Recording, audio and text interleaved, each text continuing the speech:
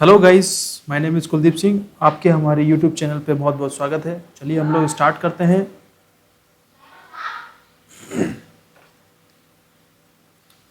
SSC JE के लिए कुछ इंपॉर्टेंट क्वेश्चंस।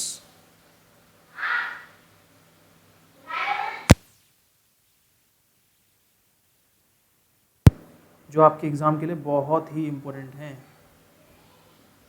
चलिए फ्रेंड स्टार्ट करते हैं एसएससी जेई के लिए ऑब्जेक्टिव क्वेश्चंस सिविल इंजीनियरिंग के, ठीक है, 2020 के। फर्स्ट क्वेश्चन है, अ रेक्टेंगुलर बार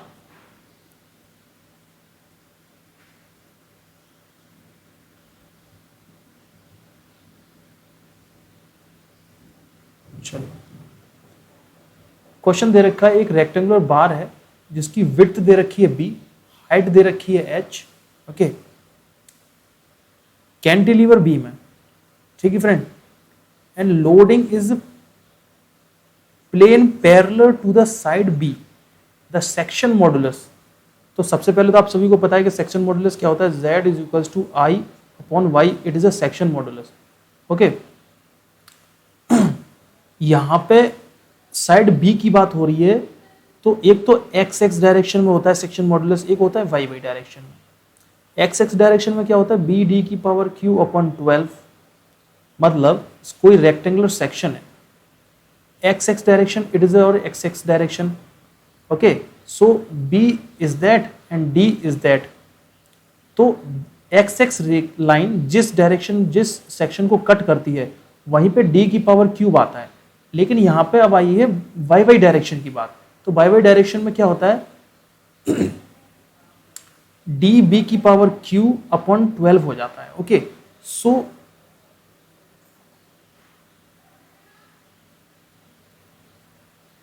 यहां पे जो डिस्कस किया गया है, तो यहां पे जो d बराबर है उसको h के बराबर माना गया है। सो z is equals to I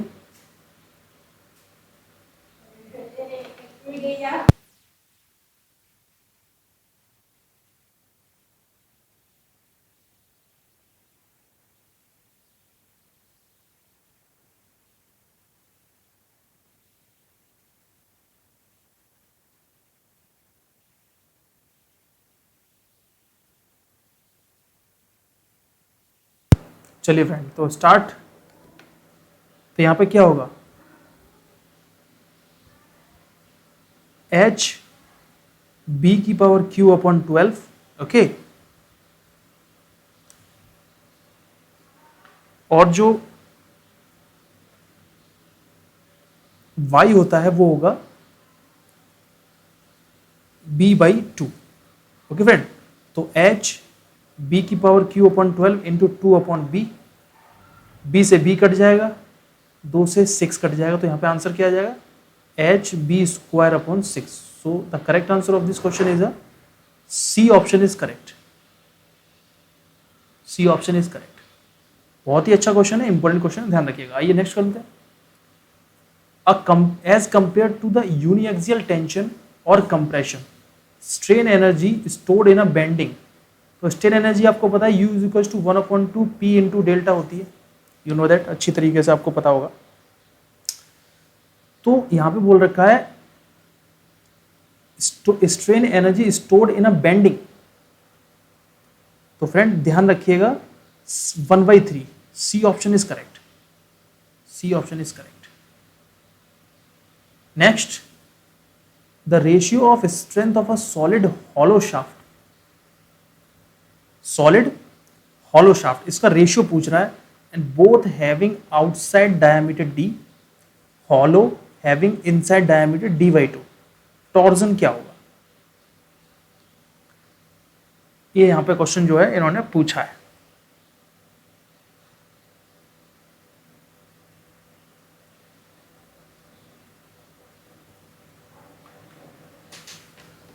so friend correct answer है 15/16। कैसे हुआ देखते हैं। Maximum stress T by max upon I P, where I P is equals to polar movement of inertia, Y max is equals to क्या हो जाएगा, d/2 हो जाएगा, ओके। तो मैक्सिमम स्ट्रेस सॉलिड के लिए क्या होगा, 16t अपॉन पाई डी की पावर क्यू। आप इस फॉर्मूले को अच्छी तरह जानते होंगे। ये जो साफ्ट वाला जो चैप्टर होता है सोम के अंदर, उसमें ये जो फॉर्मूला है, कई बार एग्जाम में क्वेश्चन पूछा भी है इस पर। 16t अपॉन पाई डी की पावर क्यू, ये मैक्सिमम स्ट्रेस होती है सॉलिड की। हॉलो की क्या होगी? हॉलो की क्या होगी?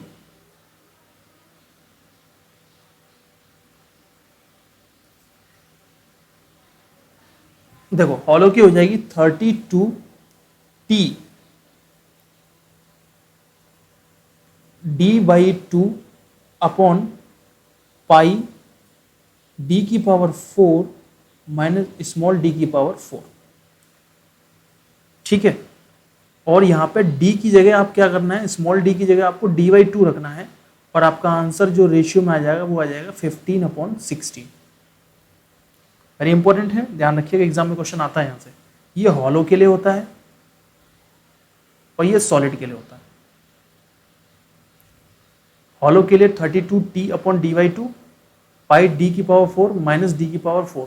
तो एग्जाम में आप इतना तो करेंगे नहीं, तो आपको सिर्फ और सिर्फ ये, अगर ये क्वेश्चन कहीं दिख जाए आपको, तो 15/16 आप आंसर लगाइएगा, आपका करेक्ट आंसर हो जाएगा। आइए आगे बढ़ते हैं। क्वेश्चन दे रखा है the weakest section of the diamond riveting is the section which passes through first row, second row, central row या one rivet hole of end row. तो करेक्ट आंसर है फर्स्ट रो।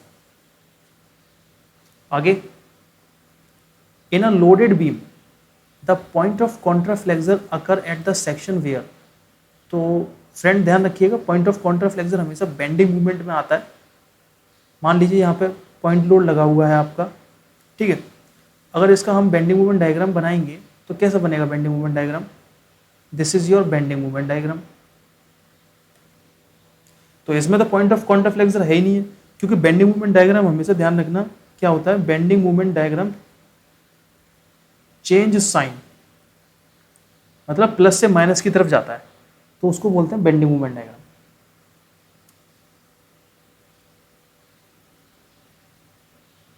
ठीक है, तो अगर मैं ओवर हैंगिंग बीम बनाऊं, इस तरीके से मैंने ओवर हैंगिंग बीम बनाई है, तो इसका जो बेंडिंग मूवमेंट डायग्राम होगा ना, वो किस तरीके से आएगा? इस तरीके से आएगा। तो एक ये पॉइंट और ये पॉइंट, इसको बोलते हैं हम लोग पॉइंट ऑफ कॉन्ट्राफ्लेक्सर, जहाँ पे बेंडिंग मूवमेंट क्या करता है, अपना साइन चेंज करता है। तो बेंडिंग मूवमेंट इज जीरो, हमेशा ध्यान रखना, इस पॉइंट पे बेंडिंग मूवमेंट जीरो होगा और साइन अपना चेंज कर रहा होगा। ठीक है, लेकिन इस पॉइंट पे हमेशा ध्यान रखना शियर फोर्स की वैल्यू मैक्सिमम होगी, है ना। शियर फोर्स की वैल्यू कैसी होगी? मैक्सिमम होगी। इस तरीके से इसका शियर फोर्स डायग्राम आ जाएगा, क्योंकि जहां बेंडिंग मूवमेंट जीरो है वहां पे शियर फोर्स की वैल्यू आप देख रहे हो बढ़ रही है। ठीक है, तो इसका सही आंसर हो जाएगा B, bending movement is zero और change sign. Next, the ratio of elongation. अब आप देखो इलोंगेशन क्या होता है।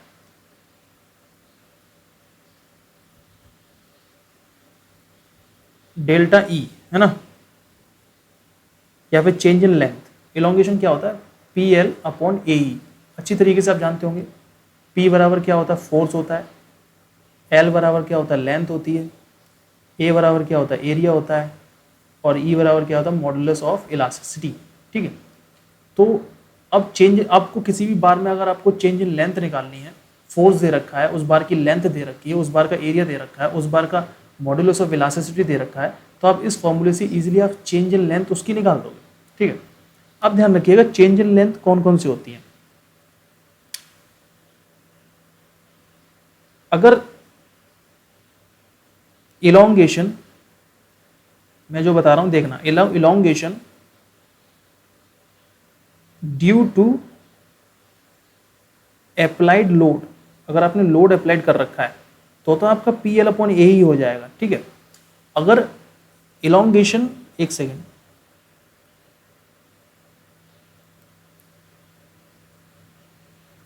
Elongation due to self weight. ठीक है, तो अगर कोई प्रिज्मेटिक बार है, अगर आपने कोई इसका सेल्फ वेट की वजह से इलोंगेशन क्या होगा, तो हमेशा ध्यान रखिएगा इसकी जो सेल्फ वेट की वजह से जो इलोंगेशन होगा वो होगा आपका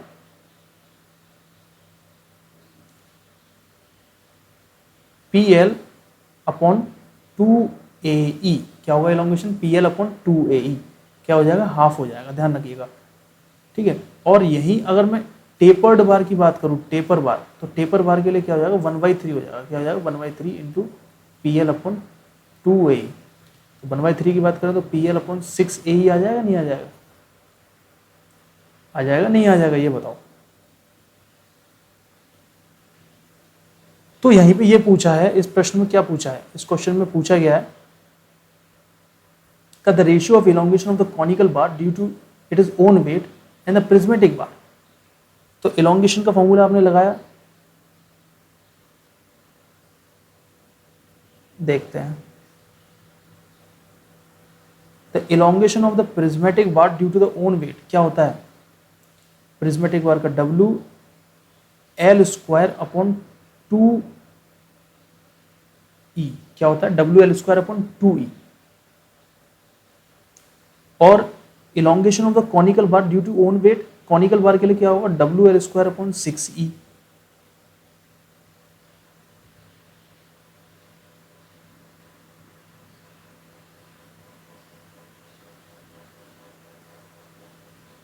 है ना। तो देखो अब जब आप इसका रेशियो निकालोगे, जब आप इसका रेशियो निकालोगे तो WL²/2E इंटू 6E/WL², तो WL² से WL² कट गया, E से E कट गया, 6/2, तो 2 एकन 2,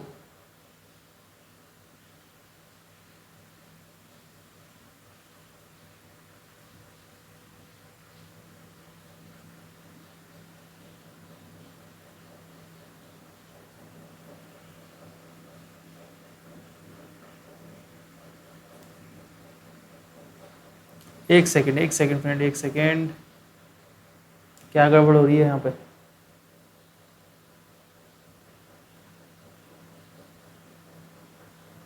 WL²/6E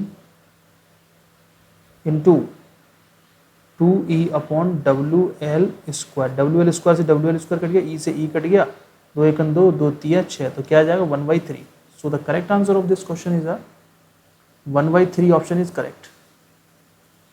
okay friend, 1/3 is option correct, ध्यान रखिएगा, इंपॉर्टेंट क्वेश्चन एग्जाम में आपके देखने को मिलेगा।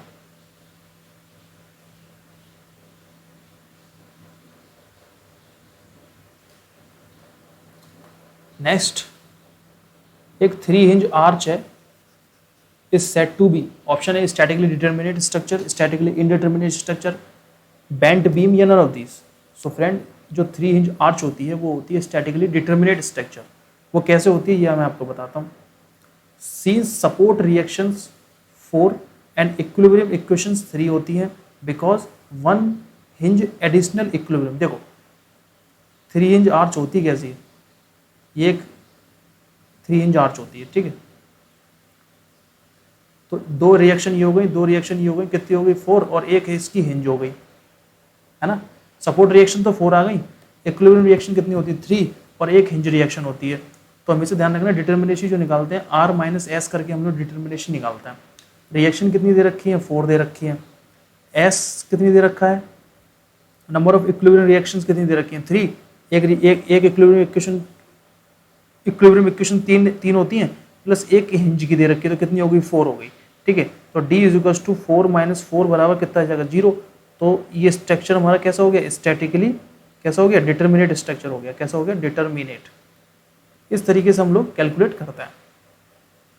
सपोर्ट रिएक्शंस पता होनी चाहिए और इक्विलिब्रियम इक्वेशंस पता होनी चाहिए, और कितनी एक्स्ट्रा एडिशनल इक्विलिब्रियम हिंज है तो उसको भी कंसीडर करके हम लोग स्टैटिकली डिटर्मिनेट हम लोग स्ट्रक्चर को बता देते हैं। तो यही इस क्वेश्चन में पूछा था कि एक 3 हिंज आर्च है, is said to be statically determinate structure होता है, ठीक है फ्रेंड। चलिए, क्वेश्चन दे रखा है the deflection due to the couple at a free end of a cantilever length L। तो देखो यहाँ पे डिफ्लेक्शन पूछा है due to couple free end, मान लो कि एक कैंटिलीवर बीम है और यहां पे क्या लगा रखा है, एक मूवमेंट लगा रखा है, ठीक है। तो उसकी वजह से डिफ्लेक्शन पूछा है ना फ्रेंड।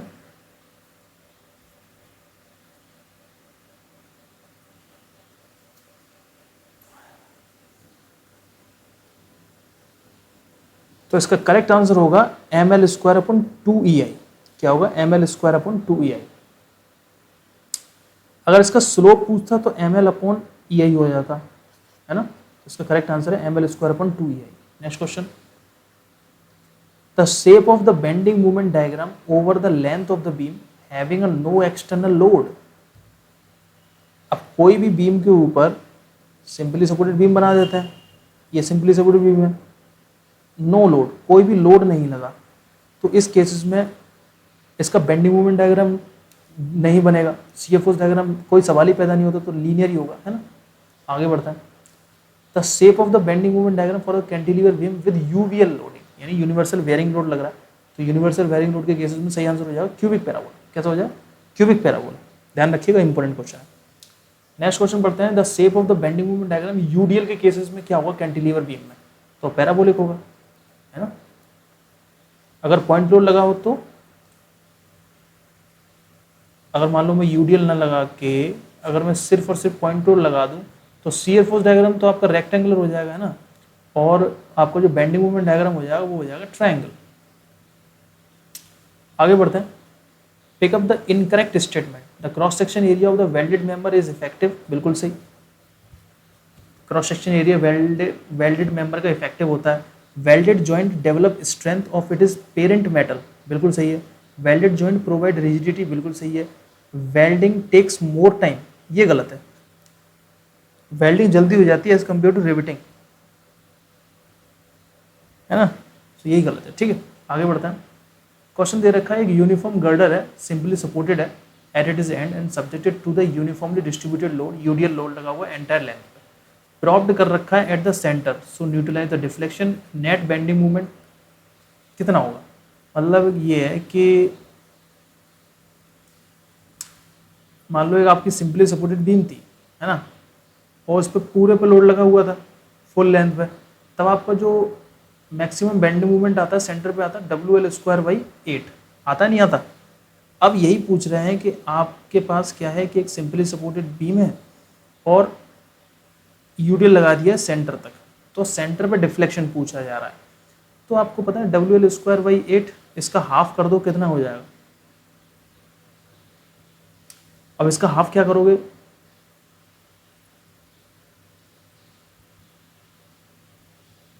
L/2 कर दो L की जगह, क्या दिक्कत है ना। तो W इंटू L/4 इंटू 8, ये नीचे लेके आओगे तो WL/8 चौक 32, तो करेक्ट आंसर क्या हो जाएगा आपका? सी ऑप्शन इज करेक्ट, WL/32, है ना। ध्यान रखिएगा, इंपॉर्टेंट क्वेश्चन है ये वाला। नेक्स्ट क्वेश्चन दे रखा है, a beam of length L pinned at a both end and subjected to the concentrated bending couple of the moment M, it is a center, the maximum bending moment of the beam. So the correct answer of this question M. Okay, next question, if two forces acting at a joint are not along the straight line, then for the equilibrium of the joint each of the force must be 0, one of the force must be 0, force must be equal and the same sign, and force must be equal in magnitude but opposite sign. Correct answer, each force must be 0.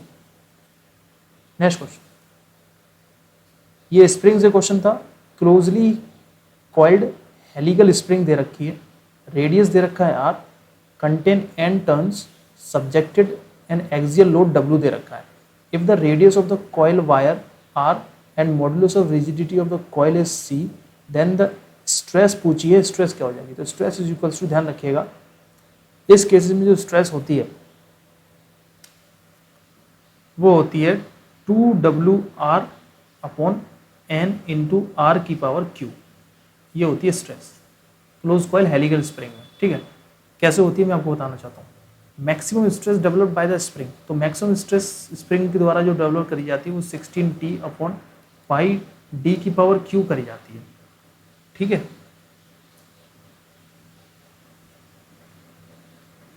जो D होता है friend ये क्या होता है? 2R होता है ना, और जो T होता है ये होता है WR। तो अब T मैक्स आपको निकालना है,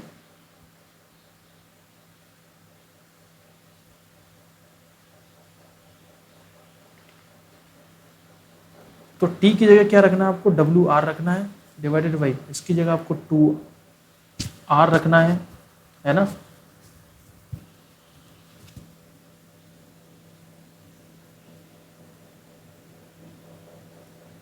एक सेकेंड, n इंटू डी की जगह आपको क्या रखना है, 2r की पावर 2r रखना है डी की जगह, है ना। और ठीक है, तो क्या आ जाएगा, सॉल्व करते हैं, 16WR divided by n into ये हो जाएगा 8r, है ना, 8r ही तो हो जाएगा ये, 8r की पावर क्यूब, तो 8 दूनी 16, तो क्या जाएगा t is equals to 2WR divided by n into R की पावर क्यूब, आ गया ना। सो यहाँ पे जो करेक्ट आंसर हो जाएगा वो क्या हो जाएगा, 2WR upon n into R की power cube. So B option आपका हो जाएगा सही। आगे बढ़ते हैं, क्वेश्चन दे रखा है if the shear force along the section of the beam is zero the bending moment. अब भाई शियर फोर्स जीरो है, शियर फोर्स जीरो है तो बेंडिंग मोमेंट भी जीरो होगा ना, नहीं, यही तो गलती हो जाती है। मान लो ये आपकी कोई बीम थी सिंपली सपोर्टेड, पॉइंट लोड लग रहा है P, तो इसका सी एफ फोर्स डायग्राम बनाओ जरा फटाफट से। सी एफ फोर्स डायग्राम क्या हो जाएगा इसका,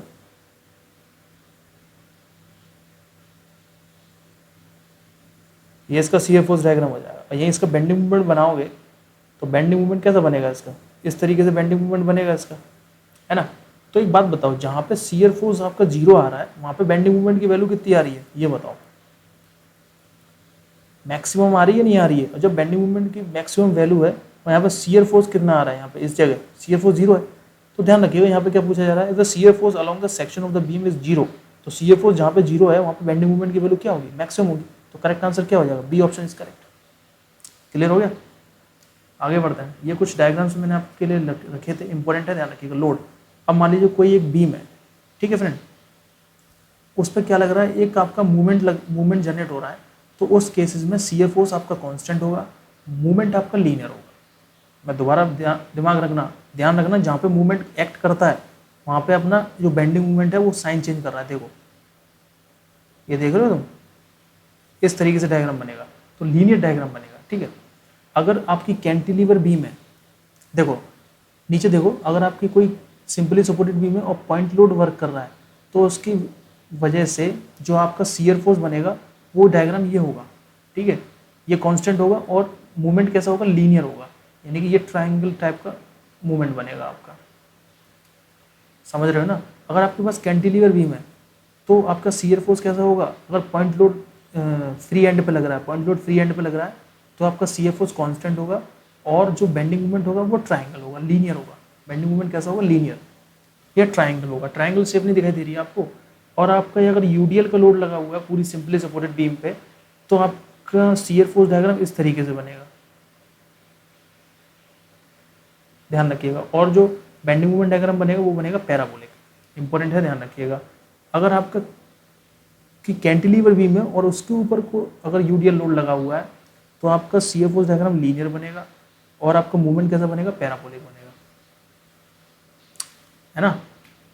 अगर आपका लोड यूवीएल लगा हुआ है, यूवीएल, तो उसकी वजह से आपका शियर फोर्स डायग्राम पैराबोलिक बनेगा, ध्यान रखना, और ये बनेगा क्यूबिक मूवमेंट। तो ये कुछ इंपॉर्टेंट टर्म्स से जो आपको पता होना चाहिए कि कौन कौन सी लोडिंग पे कैसे कैसे डायग्राम बनता है, ठीक है। एक ये क्वेश्चन इंपॉर्टेंट मुझे लगा कि हाँ देना चाहिए। In the cantilever beam truss का ये केस है, horizontal component of the reaction A point पे रिएक्शन बता दो कितनी आएगी। करेक्ट आंसर है 30 टन, ठीक है। 30 टन कैसे आई वो देखो, ऐसे आई 10 × 15 इज इक्वल्स टू h × 5, है ना। तो h इज इक्वल्स टू ये हो जाएगा 150/5 बराबर कितना हो जाएगा, 30 टन। करेक्ट आंसर आ गया 30 टन इज द करेक्ट, ठीक है फ्रेंड। ये सिंपल सा क्वेश्चन है और मुझे ऐसा लगता है कि एग्जामिनर डायरेक्टली ये क्वेश्चन आपको उठा के रख देगा पेपर में एसएससी जेईई में, और पूछ लेगा कि ए पॉइंट पे कितनी रिएक्शन आएगी, ठीक है। तो ध्यान रखिएगा, इंपॉर्टेंट क्वेश्चन है, अच्छा क्वेश्चन है। 30 टन इसका करेक्ट आंसर है। ये देखो, ये मैंने सॉल्यूशन भी दे रखा था यहाँ पे 30। आगे बढ़ते हैं, क्वेश्चन दे रखा है सिंपली सपोर्टेड बीम है, स्पैन एल है, carry a concentrated load W at a mid span, the maximum bending movement, maximum bending moment क्या होता है बताओ? तो मैक्सिमम बेंडिंग मोमेंट जब आपका कॉन्सेंट्रेट लोड लग रहा हो, मैंने आपको बताया पी लोड लग रहा हो और ये आपकी बीम है, तो शियर फोर्स क्या हो जाएगा इसका? बताओ शियर फोर्स क्या हो जाएगा इसका?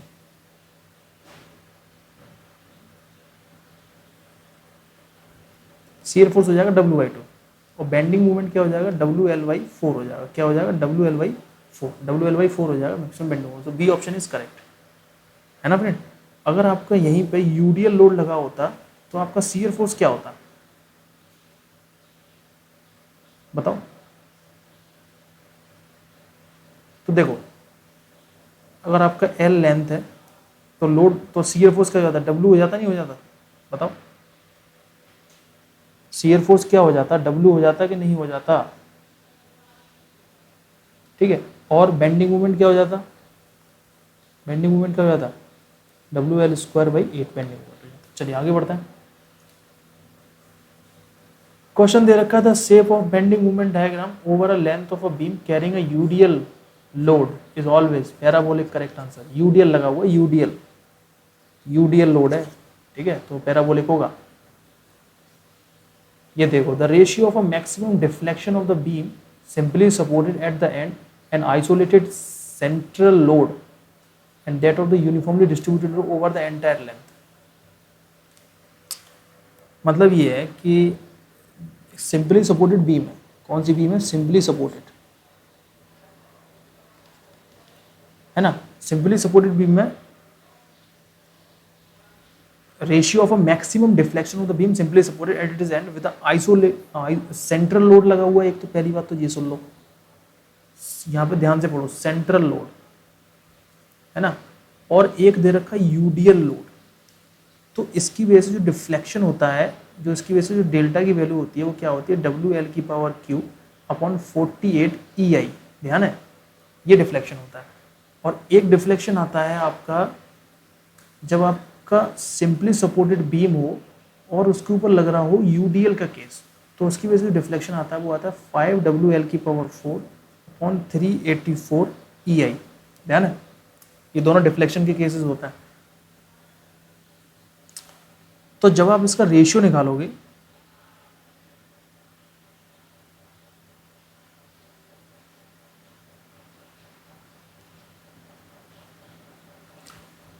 जब आप इसका रेशियो निकालोगे तो कितनी वैल्यू आएगी आपको पता है?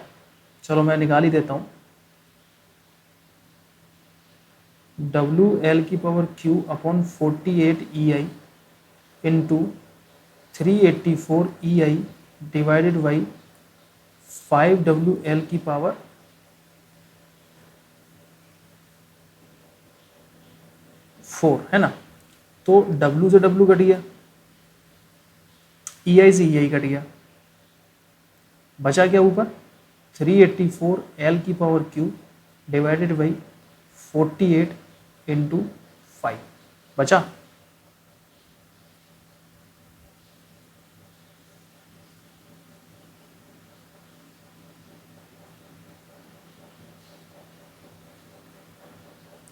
दो से ये काट दो, 2 एकम 2, 2 ने 18, 2 दूनी 4 ना, 2 दूनी 4 और 2 चौकू 8। ठीक है फ्रेंड, फिर 2 से काट दो, 2 ने 18 और 1 बचा, 2 छिंग 12, फिर ये 12 हो गया, है ना। फिर ऊपर काट दो, 2 4 जा 8, 1 बचा, 2 8 जा 16, है ना, ये हो गया 6, हो गया 6 और 8 छिंग 48, यानी कि रेशियो क्या आ जाएगा? 8/5 का रेशियो आ जाएगा। 8/5 का रेशियो जब करोगे तो 1/6 आ रही है वैल्यू। ऐसे ही अगर आप 15/24 का करोगे तो 15 एकम 15, 15 दूनी 30, तो 15 एकम 15, कितना बचा इसमें से? 14 में से 5 के तो 9 बचे, है ना। पॉइंट लगाया, 0 लगाया, 15 छिक्के 90, तो 1/8/5 से भी इतना ही आ रहा है और 24/15 से भी इतना आ रहा है। तो करेक्ट आंसर क्या होगा? B option is correct. ठीक है friend, 24/15 is the correct answer. So ध्यान रखिएगा, या तो आप याद कर लीजिए इनको, इसको रिवाइज कर लीजिएगा। ये बार अगर कोई क्वेश्चन आए तो ये तामझाम करने की आपको जरूरत नहीं पड़ेगी, है ना। डायरेक्टली आप 24/15 आंसर लगा दोगे, लेकिन क्वेश्चन को पढ़ने के बाद। ये देखो, maximum deflection simply supported beam subjected to central load, तो क्या होगा WL की पावर Q/48 EI, है ना। और maximum deflection of the beam subjected to the UDL 5WL की power 4/384 EI, hence the ratio of this, तो 8/5 रेशियो आ रहा है। तो ये क्वेश्चन एग्जाम में आ जाते हैं फ्रेंड, ठीक है, ध्यान रखिएगा। चलिए, ये कुछ मैंने प्रीवियस ईयर के क्वेश्चंस कराए थे, उसका रिवीजन कर लेते हैं।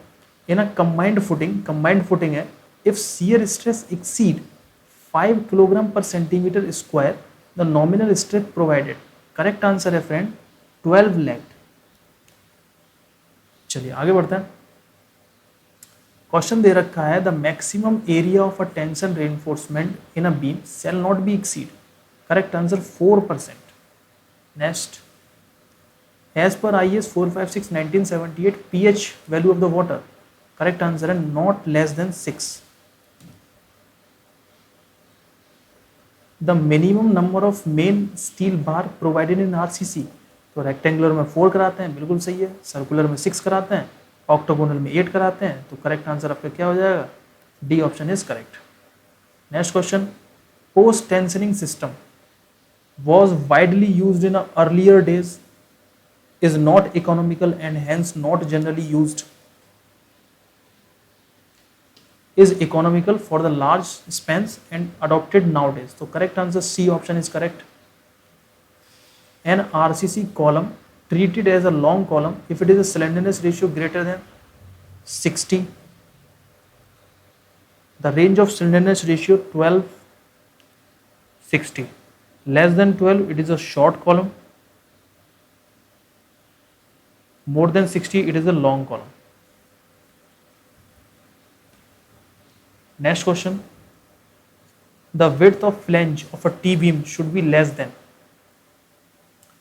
the width of flange of the T-beam should be less than 1/3 of the effective span of the T-beam, distance between the center of the T-beam, या width of rib plus 12 times of the thickness of the slab, correct answer है least of the above. Next question, pre stress rectangular beam दे रखी है, carries a two concentrate load WL/3 from the either end, अच्छा, provided with the bent tendon with a tension P, such central 1/3 portion of the tendon remain parallel, the longitudinal axis of the maximum dip, बता दीजिए क्या होगा।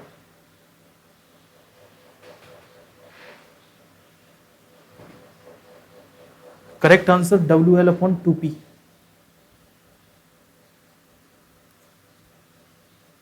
Pick up the correct statement from the following.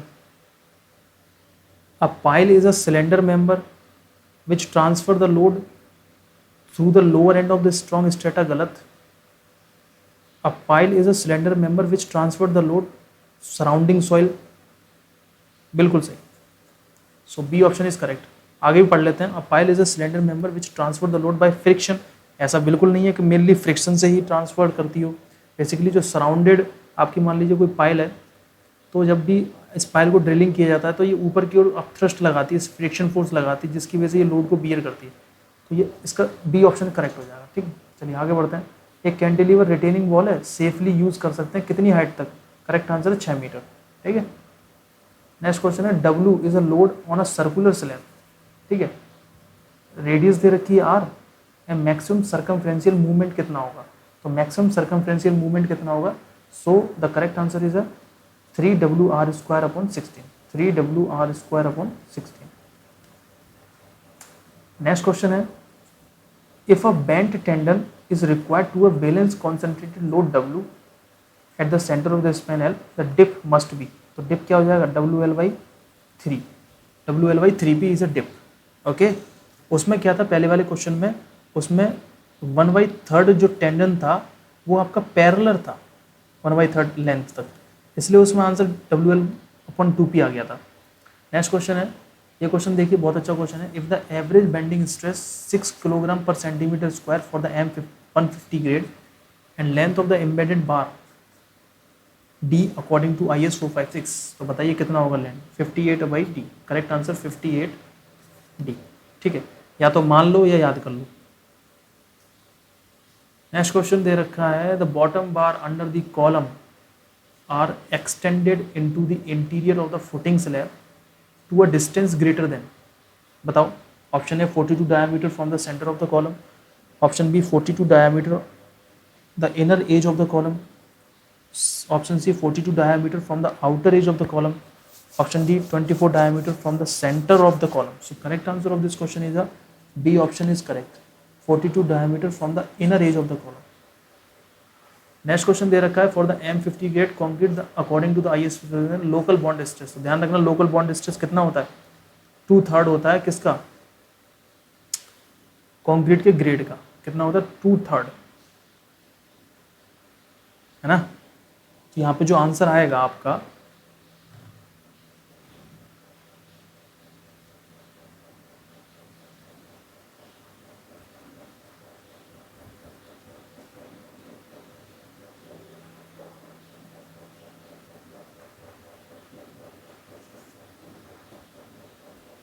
Answer आएगा 10 kg।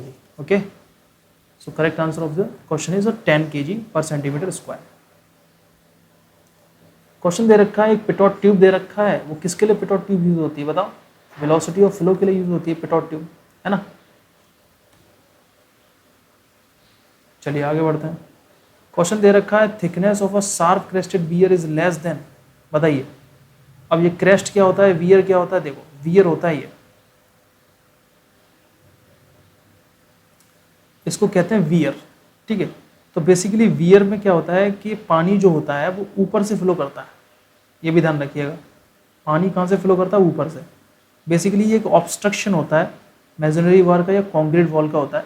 तो किसी भी river के flow में बीच में उसके परपेंडिकुलर डायरेक्शन में इसको हम लोग बनाते हैं, ठीक है। इसका मेन मोटिव ये होता है ताकि फ्लड के चांसेस को कम कर सके, ठीक है, वाटर की एनर्जी को डिसिपिएट कर सके या वाटर को स्टोर कर सके या वाटर की हाइट को बढ़ा सके। तो ये सब इसके काम होते हैं, ठीक है। या फिर वियर का हम लोग एक काम और करते हैं, डिस्चार्ज कैलकुलेट करने के लिए भी हम लोग वियर का यूज़ करते हैं।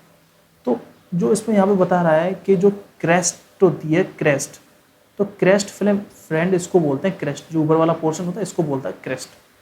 तो ये बोला जा रहा है 1/3 of the height of the water on a सिल, 1/2 of the height of the water on a सिल, 1/4 of the height of the water on a sill या 2/3 of the height। तो correct answer of this question is B option is correct, 1/2 of the height of the water on the sill।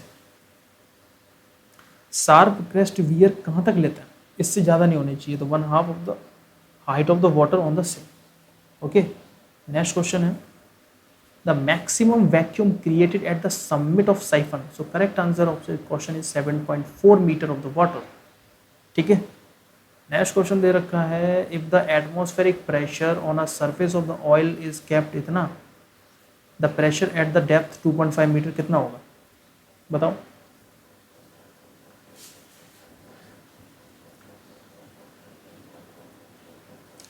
तो पहले तो density निकाल लो oil की, 800 kilogram पर metre cube, निकाल ली density, ठीक है। प्रेशर क्या दे रखा है, 0.1 kg पर सेंटीमीटर स्क्वायर का प्रेशर दे रखा है। डेप्थ कितनी दे रखी है, 2.5 मीटर की डेप्थ दे रखी है। देखो मैंने सॉल्यूशन यहाँ पर दिया है इसका, प्रेशर फॉर ऑयल, डेंसिटी निकाली, 9.81 से इंटू कराया, हाइट से इंटू कराया, तो प्रेशर आ गया। वाटर का प्रेशर क्या होगा, 1000 इंटू 9.81 इंटू एच, ये वाटर का प्रेशर आ गया, है ना। दोनों के इक्वल किया, H1 निकाल लिया। अब एटमॉस्फेरिक हेड क्या निकालेंगे, P/ρg करके निकाल लेंगे।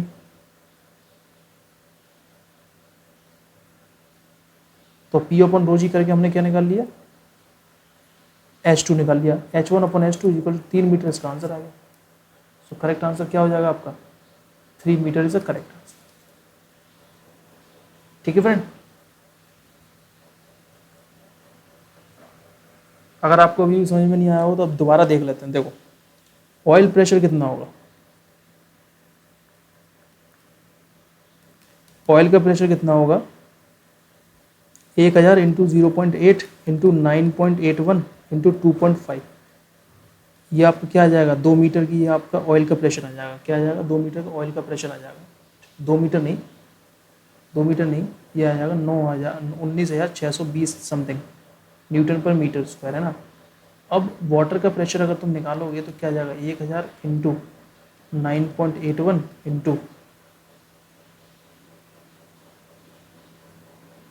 Into H. मैच तो पता नहीं है, तो इसकी वैल्यू कितनी आ रही है यहाँ पे, हमारी वैल्यू आ रही है 19,620, तो इसकी भी 19,620 आ रही थी, है ना।